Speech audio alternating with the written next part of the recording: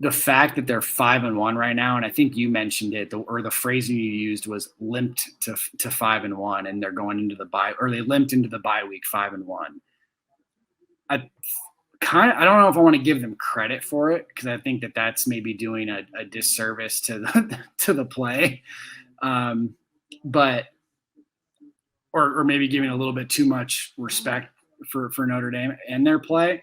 But I think 5-1 is just it's very interesting to me, because I think they could very easily be, 2-3 in reality. They could have lost to Wisconsin. They could have lost to Toledo. They could have lost to Florida State. They did lose to Cincinnati. They could have lost today.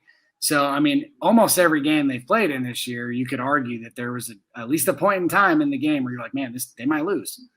And the fact that they're 5-1, I think really goes to my point from the beginning of the season, that they're at this point where they're going to find a way to win most weeks. Might not always be the prettiest. It's going to be ugly at times. And then, like I said, this year specifically, it's been ugly a lot of the time, maybe ugly every time.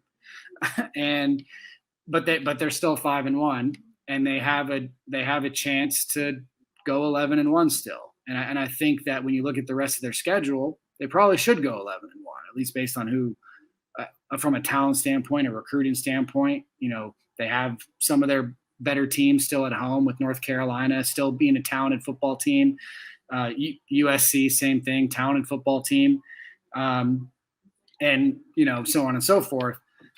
What are your sort of thoughts on that, and the fact that because they're 5-1, do you think that really means anything, or do you think it's just kind of that's what it is this year? Well, I'm glad you asked this. Yeah. I don't know. This is going to sound a little bit like me patting myself on the back, but I'll go ahead and do it, I guess. I said on my own show earlier this week that I almost, when I started to say this sentence, I almost said, I could just see somebody listening to this and thinking I'm a moron for saying this. But, and so here I am going to say it twice. But this season almost feels like the 2016 season to me, where there's just a lot going on. And I know in 2016 we went 4-12 or 4-8. I'm sorry. But the difference is you're already moving on to the Browns on me. It felt like 12. Let's put it that way. 12 total games. I was doing math in my head. Like I say, it's past midnight here. Anyway, so in a way, it sort of felt like that. A lot of frustrating things going on. But I guess where we could kind of take a step back, and the difference is that now the program's in a much healthier spot than it was in 2016 and can actually win games like this. I mean, in 2016, I believe the stat was that of those 8 losses, 7 of them were by like a touchdown or fewer, I believe. Yeah, I think they were all like 6 or 7 points. Yep. Right. And so, at the very least, I know a lot of Notre Dame fans are frustrated with where we are and where the program is and that type of stuff. And I think some of that's justified, certainly. However, I would say, be thankful. Not that long ago, we were dealing with way worse. And since that time, people talk about Brian Kelly 2.0. I mean, and I think that's a legitimate thing. I mean, it was like basically every assistant coach was pretty well gone after that. It was a reinvent the program, which is not easy to do. I mean, I don't know. If you've ever coached at any level, you understand how difficult it is to just completely reinvent yourself the way that Brian Kelly did. And so I think there's a lot of credit to that more credit needs to be given to Brian Kelly for that. Certainly there are things that you're going to nitpick about your coach and about your program and about all of that type of stuff. But in general, I feel pretty good about where the program is right now, because, I don't think really you nor I nor any person that has a Notre Dame podcast, whether you're an insider, a fan, whatever, nobody picked Notre Dame to be in the college football playoff this year. There were some people who were probably saying that, if a lot of things go right, yeah, Notre Dame might be able to make it to a college football playoff. But guess what? A lot of things aren't going right now. And it's not like it's Notre Dame that's the only program that's having its struggles right now. I mean, even when we thought Alabama was unbeatable, they just lost tonight to an unranked Texas A&M team. So, I mean, I don't know. I think to me, and like I say, this is really trying to take a step back and take a more 30,000 feet view of the program. I feel okay, I suppose, because I think that everyone has acknowledged what this year was going to be.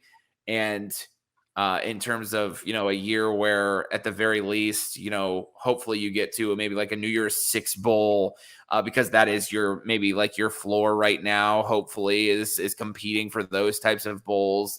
And then in the years where you really ramp it up, then you're competing for a college football playoff spot, hopefully at some point, a national championship when we get there.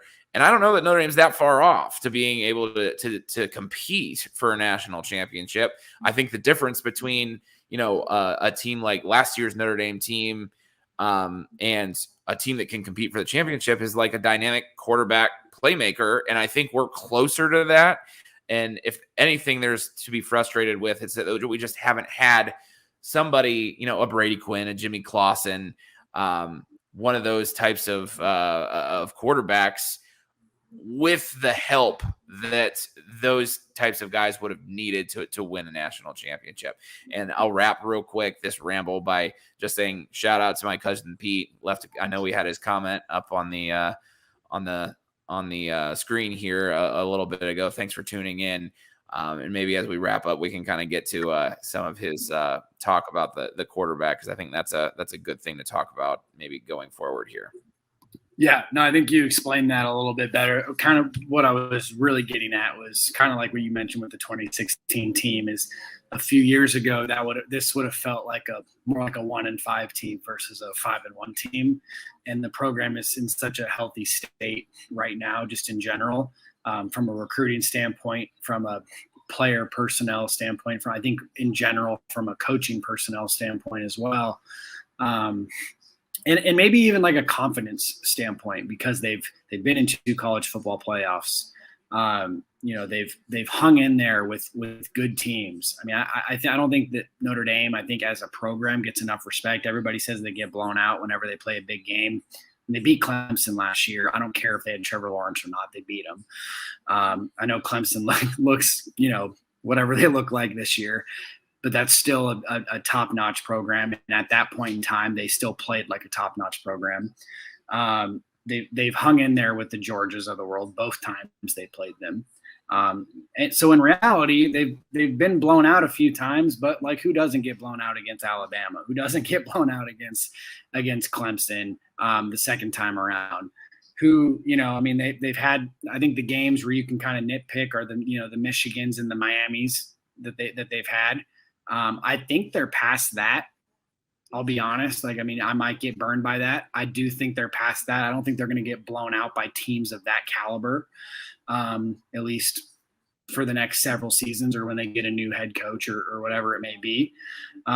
But speaking to what you were just mentioning, I would like to transition into the quarterback talk. You did mention the idea that Notre Dame is close. I think that at least from a Notre Dame's fan standpoint, that's sort of been what we think. What we think we've been missing. I mean, obviously Ian Book was great in general, but he was maybe missing that one extra step. And we might have that. I mean, Tyler Buchner might have that. I mean, he as good as Ian Book was at running the football, Tyler Buchner's better at running the football. As good as Ian Book was as just a creative playmaker, Buchner, I think, has already shown that he can push the ball down the field better than what Ian Book was, or at least better than how Ian Book was able to. Ian Book was really only able to do that when he had playmakers like a Chase Claypool, where he's like, hey, just go up and get the ball. Today, Buchner did that. He threw it up to Kevin Austin. I mean, that's not a play you saw from Ian Book almost ever. And it was a frustrating thing. And that's why people thought Cone could be maybe a different type of quarterback for them in that sense, is that he could make plays like that. And he has shown that in spurts as well.